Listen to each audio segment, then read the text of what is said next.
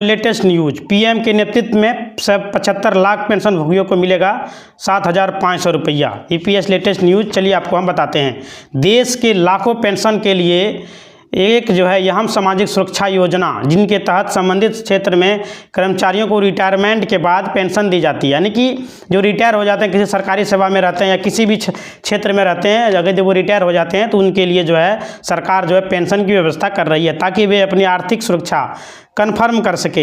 हाल ही में ईपीएस 95 यानी कि 95 पेंशन भोगियों के लिए एक महत्वपूर्ण खबर सामने आई है। प्रधानमंत्री की अध्यक्षता में लोकसभा में एक विधेयक पारित किया गया है, जिसके तहत पेंशन भोगियों के लिए न्यूनतम पेंशन 7,500 रुपया कर दिया गया, प्रति माह जो है कर दिया गया। पहले जो है यह पेंशन 1,000 रुपया था, इसको बढ़ाकर 7,500 कर दिया। इस फैसले में देश भर में लगभग 75 लाख पेंशन भोगियों को फायदा मिलेगा, जो लंबे समय से पेंशन में जो है वृद्धि की मांग जो है कर रहे थे, जिससे कि उसका जो है जीवन यापन मुश्किल हो रहा था। अब जो 7,500 रुपया की वृद्ध से इन पेंशन भोगियों को कुछ हद तक आर्थिक सुरक्षा मिलेगी, वे अपना जो है जीवन अधिक सम्मानजनक रूप से जिएंगे।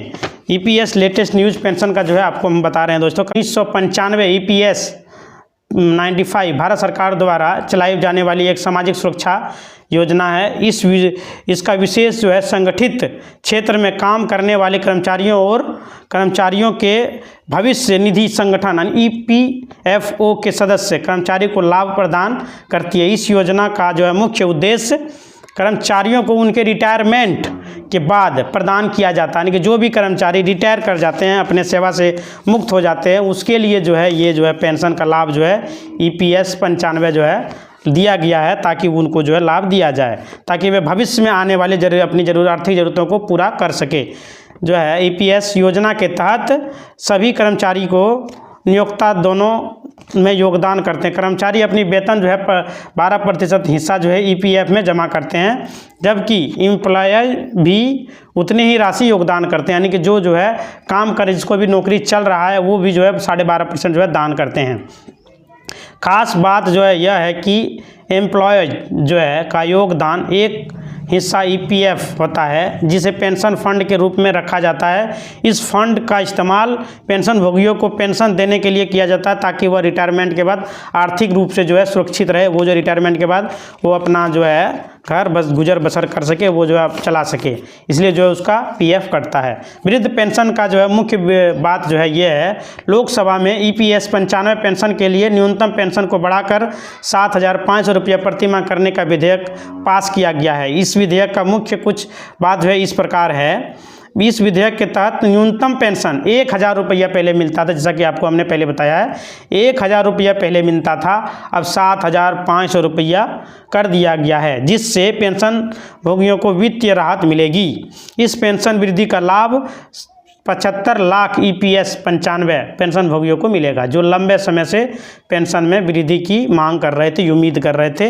वो सरकार की तरफ आंख लगाकर, टकटकी लगाकर देख रहे थे कि हमारा पेंशन में वृद्धि की जाए। पेंशन में इस वृद्धि के कारण सरकार पर वित्तीय दबाव पड़ेगा, लेकिन सरकार ने इसे पूरी तरह से वहन करने के लिए जो है प्रतिबद्ध है। सरकार जो है चाह रहा है कि ये लागू हो, और सरकार ने जो है इसके लिए प्रस्ताव को पास कर दिया है।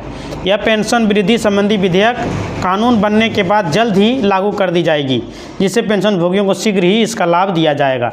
इसका जो है कानून बनाकर जो है इसको चालू किया जाएगा, लागू किया जाएगा, तब जाके जो है सारे रिटायरमेंट वाले हमारे दोस्तों को मिलेगा इसका लाभ।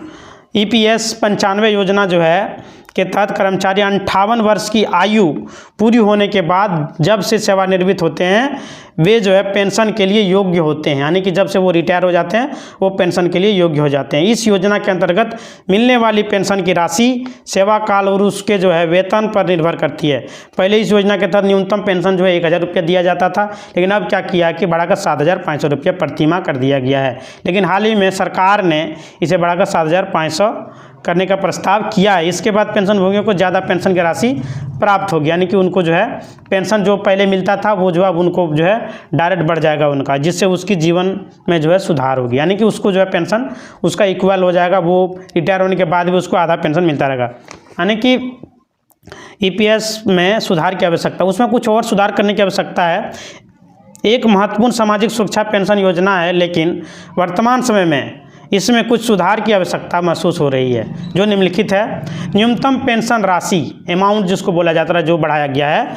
वर्तमान में पहले की राशि उपेक्षाकृत बहुत कम थी, ये तो पता ही है, 1000 रुपया था, उसे बढ़ाकर जो है 7500 रुपये किया गया है और इसे बढ़ाने की ज़रूरत है ताकि पेंशन भोगियों को अपने जीवन में बेहतर तरीके से जी सके। महंगाई भत्ता, सभी पेंशन भोगियों को महंगाई से राहत देने के लिए महंगाई भत्ता प्राप्त करना प्रावधान जरूरी है ताकि उनकी पेंशन की राशि महंगाई के प्रभाव से बची रहे। यानी कि जो महंगाई जिस प्रकार हो रहा है उसका पेंशन में भी उसी प्रकार इंक्रीज किया जाए, बढ़ाया जाए। चिकित्सा सुविधा, पेंशन भोगियों को निःशुल्क चिकित्सा सुविधा उपलब्ध कराना भी एक जरूरी कदम है जिससे वे अपने स्वास्थ्य के प्रति सचेत हुए बिना जीवन जी सके।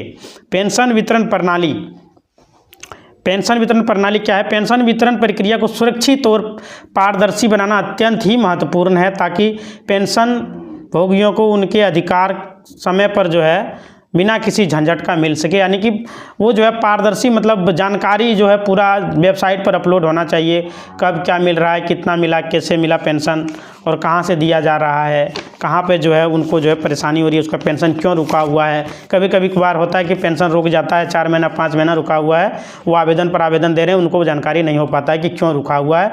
वो जो है जानकारी जो है पारदर्शी होना चाहिए, जानकारी मिलते रहना चाहिए। EPS 95 के तहत जो है उच्च पेंशन के लिए आवेदन, इसके लिए जो है सरकार के पास जो है आदेश आने की रिकॉर्ड भेजा जा रहा है कि जो है पेंशन को जो है बढ़ाया जाए ताकि कर्मचारियों को जो है कुछ न कुछ लाभ मिल सके। कर्मचारी जो है इसके लिए बहुत परेशान रहते हैं। बताया कि EPS ने अब तक 21,850 पेंशन का भुगतान का आदेश जो है PP जारी किए हैं और उच्च पेंशन का लाभ प्राप्त करने के लिए सदस्यों को अतिरिक्त जमा राशि के लिए नोटिस भी भेजे गए हैं। इसके अलावा EPF के सदस्य द्वारा EPF 95 के तहत उच्च पेंशन लाभ के लिए 17.48 लाख आवेदन कल जमा किए गए हैं। यानी कि कल का डेट में जो है 17.48 लाख, 17.5 लाख जो है कल जो है फॉर्म जमा किए हैं। प्राप्त हो रही है कि श्रम सेवा रोजगार राज्य मंत्री शोभा करंदलाजे ने संसद में जो है इसकी बात को उठाया था। दोस्तों, आज हमने आप लोग के समक्ष बात किया कि हमारे जो पेंशनधारी हैं, जो हमारे रिटायर हो जाते हैं, उसके बाद जो है पेंशन जो दिया जाता है उनके लिए हमने बात किया 1000 से 7500 रुपया कर दिया गया। उनके लिए तो खुशखबरी है और सरकार जो है इसका जो है प्रस्ताव को पास किए हैं, उसे जल्द से जल्द लागू करे और सभी को इसका लाभ मिले, यही मैं चाहूँगा। धन्यवाद दोस्तों। इस तरह का वीडियो पाने के लिए हमारे चैनल के साथ जुड़े रहें, बने रहें और चैनल को सब्सक्राइब करें। धन्यवाद।